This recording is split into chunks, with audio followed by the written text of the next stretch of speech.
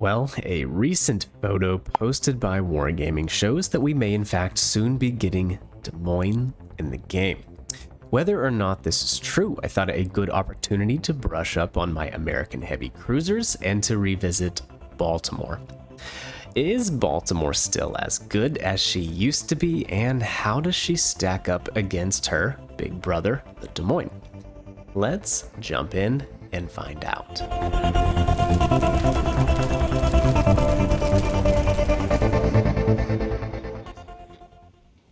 Alright, so if it's true we're getting Des Moines, the venerable Baltimore is going to be the closest thing we have to compare her with right now. So in this video, we're going to check out some build ideas for both cruisers, look at these two American heavies, and finish off with some gameplay tips. This match is on two brothers, of which I've been getting a lot of matches on lately. Maybe this has something to do with Faultline no longer being in the tier 7 lineup. Thank you, Meta Jerk, for getting to the bottom of that. Hopefully you'll get a Pulitzer for your investigation. But I like Two Brothers. It's pretty fun. Sometimes it's a bit of a stalemate map with a lot of reversing going on, but we get a decent game here in Baltimore today where we can highlight some things that I do right and some things that I do wrong. Initially, we're going to position up pretty close to A to shelter myself from the big guns over there and to keep my 9-kilometer radar handy to push any destroyers out of this cap. Alright, for starters, how should we set these ships up? Well, modules wise, I'm using aiming systems, prop, rudder, and main battery mod 3. My premium paid build is going to include Azerlane Baltimore with Mikawa and Mimbelli.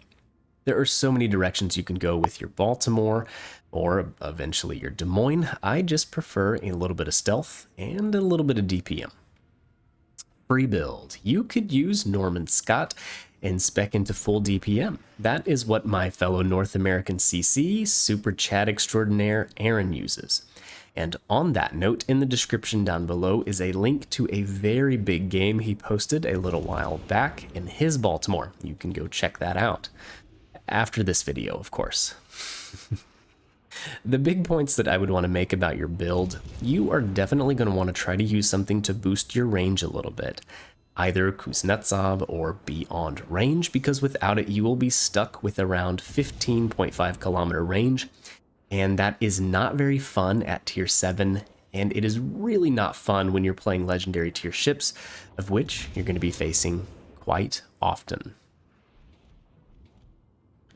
For inspiration options, let me throw a couple things out here, and I'm going to show some stats on the screen so you can kind of choose what seems more useful to you.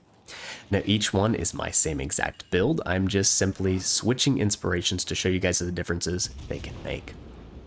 Speed wise, 32.5 on our setup. If you throw Molar on there for that 4% extra speed, 33.8. This is kind of useful. Baltimore is not a fast ship. Des Moines also will not have a very high top speed. Reload. Base on this build 10. Throw Mimbelli on there, 9.5. Concealment 12.1 with Mikawa 11.5. And range without Beyond Range 15.5. Add Kuznetsov 16.4. So the inspirations can make a good difference. There are many ways to skin a cat with these American heavy cruisers. That's the wonderful thing about them. They are kind of jacks of all trade. They can really engage many different targets. They can be pretty effective at doing lots of different things. There are several schools of thought, I am sure. Full agility builds, full concealment, full DPM, but if you've watched any of my videos, I of course like to take a middle of the road approach. And with it, you can have a very well-rounded cruiser that is good at a lot of different stuff.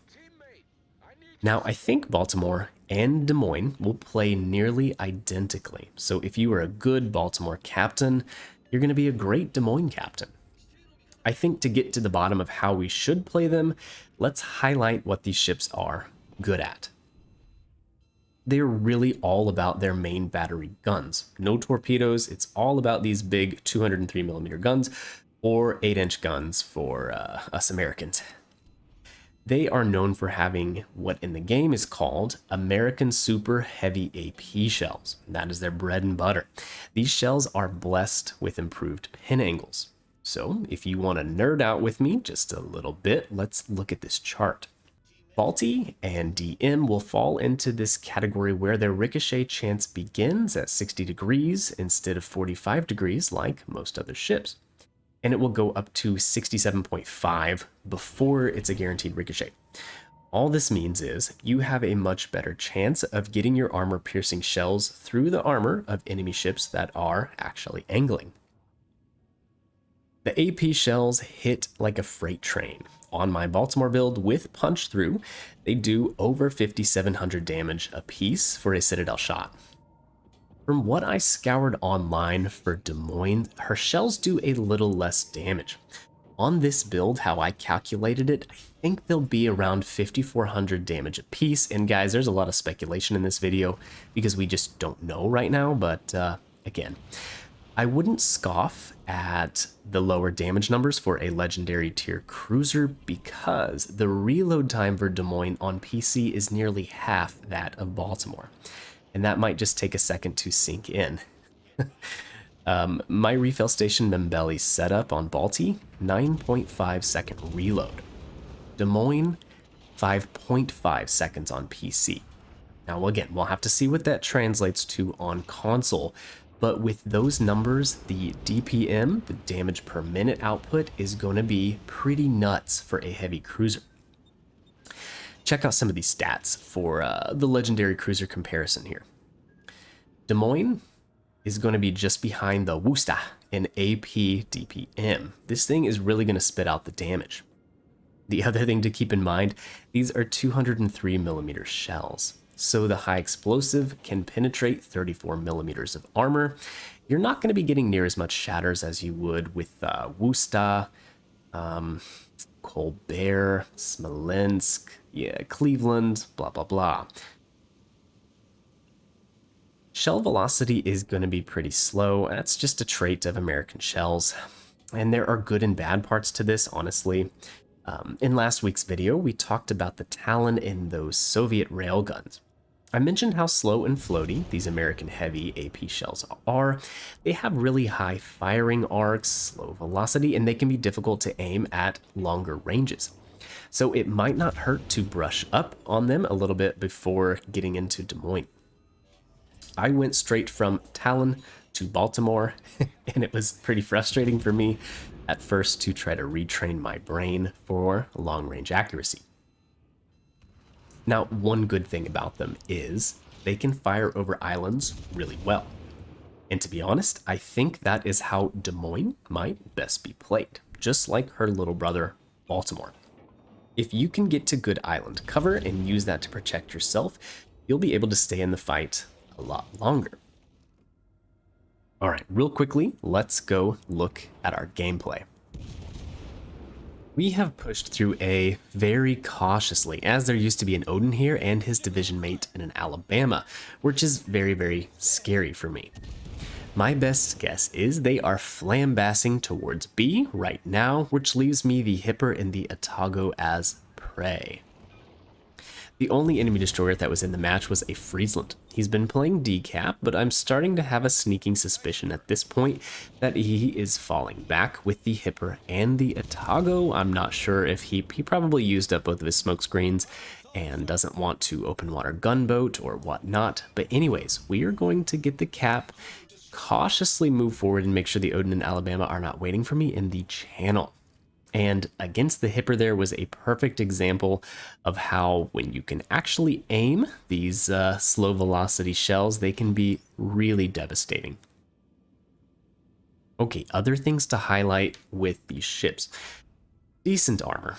The Baltimore, for example, 27 millimeter bow and sides. She can sufficiently be safe from 380 millimeter guns if you are angled correctly.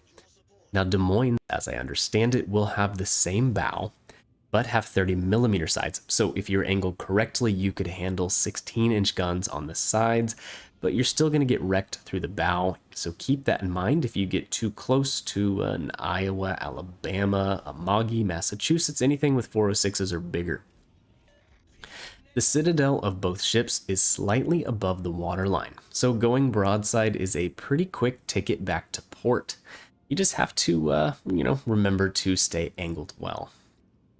Also, us being spotted right here, I'm trying to figure out where the Friesland is. He doesn't have torpedoes, so I'm not really too worried, but I think that he is sailing past me all the way around to A, but it took me a little while to figure that out. Anyways, Baltimore has pretty decent heals, 7,100 health you can get out of them a piece. If you wanted to consider fully packed for your setup to get a third heal, yeah, you could consider that. We will see what the Des Moines has for heals, just some comparisons. Alaska's are good for 12,200, Wosta's are good for 6,300, so I'm really not sure what Des Moines will have on console. We'll just have to wait and see. Okay, what else do these ships have going for them? Well, pretty decent AA. The Baltimore's is 74, which actually edges out Cleveland and I think Montpelier and just some of the other ships, so it's pretty decent AA, and I think the same can be said for Des Moines. Again, a little bit of speculation. It won't be as potent as Worcester and Minotaur, but still very respectable. All right, so we mentioned making some mistakes earlier. Here's one. I had to know, and I did by this point, that the Odin and the Alabama were coming back around to A. What I should have done here is stop sailing forward.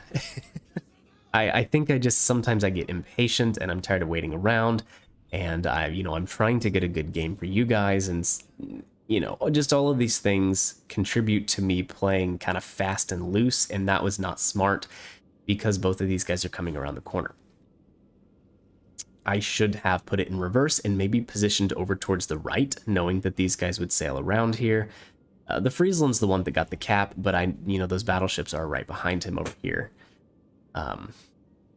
So anyways, we'll see a pretty big mistake coming up.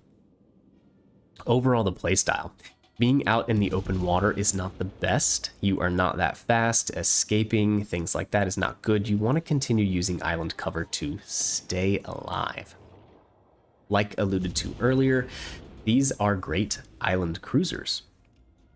Des Moines has been around on PC forever, since the very beginning, I believe, and I have watched videos on and off on her for over 5 years. A lot of PC YouTubers share my sentiment that you should use a sort of island hopping play style, to get from cover and to fight from cover. All right, here's the mistake. I was afraid to stay bow in. I didn't want to get torpedoed, and I was also afraid of the Alabama, so I tried to do a turnout really quickly and lost all of my health for it. And honestly, really lucky to be alive. Again, earlier, I should have just stayed bow tanking. I would have had a much better shot at keeping my health. I could have dealt more damage and set up a decent crossfire with my Suzuya teammate, who did a very good job. Thank you to him. So at this point, wounded, I know that we can win the game on points, so I'm just trying to escape with my life since I threw all of my health away like a doofus. Again, I was probably just thinking about not trusting this to teammates like these battleships down here. I have no idea what they're doing. So I thought if I could just escape and get away, maybe we could win it on points. Anyways, that was a very boneheaded move. Don't do that. Just stay bow in and you have a much greater chance at living. Oh man. Well, anyways, Baltimore, still a very fun ship, even though she is one of the oldest in Legends, and I think her big brother, the Des Moines, or big sister, however you want to look at it, is going to be a very, very fun ship and maybe even help balance out Legendary tier a little bit more. I think the super powerful destroyers and battleships up there, Yamato, Shimakaze, I'm looking at you, have had their run, and I think with this DPM monster, it could be a rude awakening to those ships. I'm curious what you guys think about both of the ships, so let me know in the comments section down below. This game was good for about 3,000 base XP. Thank you guys for watching. I hope you enjoyed it.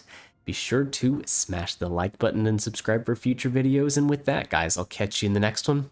See ya.